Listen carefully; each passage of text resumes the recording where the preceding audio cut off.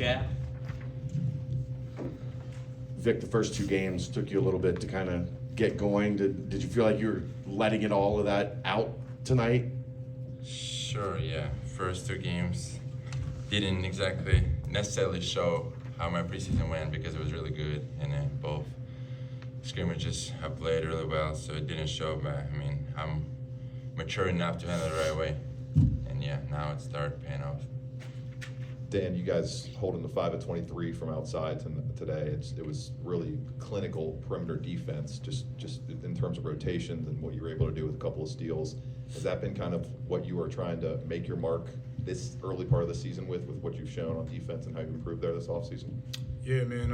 Every day we come in and coach really enforces defense, like really hard for us. And we know if we come with that, offensive rebounds and rebounding and defense, we know we'll end up with a W.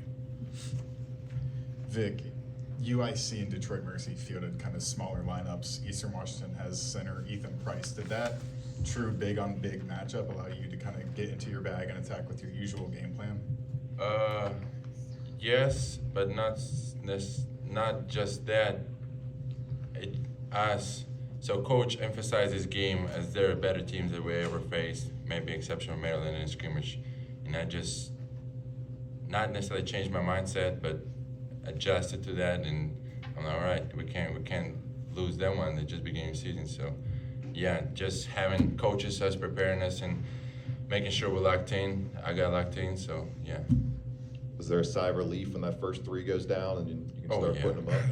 It did not feel good, I'll tell you that, but it went in. I'm like, all right. Second one felt good. I made it. If you saw it before it went in, I started celebrating. Yeah. And then third one also felt good, just came a little short. So hopefully, after first game, my confidence level got down, but coach believed in me. I believe in my work, what I've done. So we'll see more of them coming games. Yeah.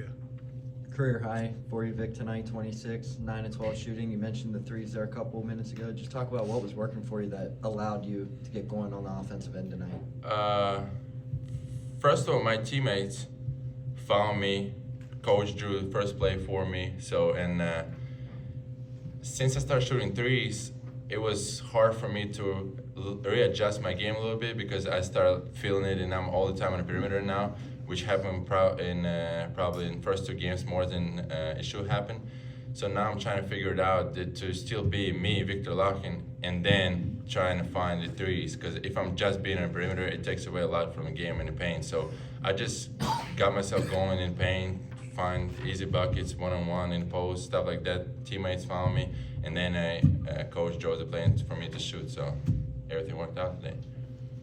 Dan, does Day try to dunk on people in practice like that, or is that just a game thing where he's hunting bodies? He's really quick, man. Day's really quick, and I believe anybody can get by. He's gonna go up and try to dunk on you no matter what. And yes, he gets those off in practice for sure. I don't know who he dunks on. I ain't gonna say no names, but He didn't dunk nobody yet. not nobody yet. But it's coming though. But yeah, you'll see a lot of that from Day this year. With Jizzle, I mean, can you just see game by game it's already slowing down for him? He's picking things up fast. Yeah, Jizzle's a hard worker, so he's gonna get it good for real. He's every day in the gym grinding. He believes in coach and he believes in his work that he puts in a lot. And every game you'll just keep seeing progress. And the whole team believes in him. The coaches believe in him, so that helps him as well. Dan, Vic, either one of you guys, did the defensive looks they were giving you guys kind of throw you for a loop a little bit? Looked like they were throwing a nice mix of that high zone throughout most of the game. Nah, not really. We really stayed poised together. We believed in our controlling the ball and handling it and making smart plays and stuff like that. So that really worked out for us. Did you guys anticipate them taking away the three as much as they could today to try to limit you guys from outside? I mean, yeah, but we just believed in hitting the easy passes, not trying to force things, and we knew we were going to get good shots from that. Seems like you guys were able to get downhill and attack early, just couldn't find the ways to finish there in the first half. What was working to allow you guys to get downhill and get to the rim? Just spacing and people off the ball doing their job and stuff like that. So just playing the right Taking way. over every question. He's looking at me, so I'm like, I don't even know. Go ahead, Vic. You're good. Vic, how good is it to see John, a guy you've been here with for a couple years, starting to really get back into his form? Great. I love John, and especially some of y'all were in the Big 12 media day, and you were talking about that Coach Miller praised him. in a scrimmage game, and he was one of the better players. He was not one of the better players in preseason. So now he started picking it up, and I'm really happy for him. Like that, it's right time happening for him. So I'm really happy for him. Really, really happy because I've been in his shoes, and I know how hard it is to miss a year. But I don't know. It's just very hard for an athlete to see other practice, and you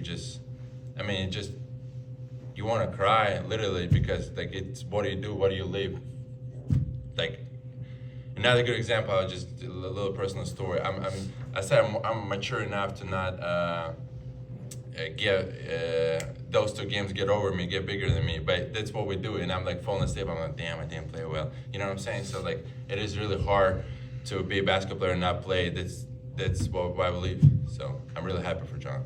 Also, to piggyback on that, I'm really proud for John too, because when he went through that injury last year, he stayed positive with the team on the bench last year. He was picking us up. He wasn't pouting, and he was being that leader off the court too. And now coming back this year, seeing him play so well, playing so hard, and looking so healthy, we all really love to see that from John, and really proud of him and happy for him. The bounce is back. Yeah, for sure, for sure. Every game, 3 for 3.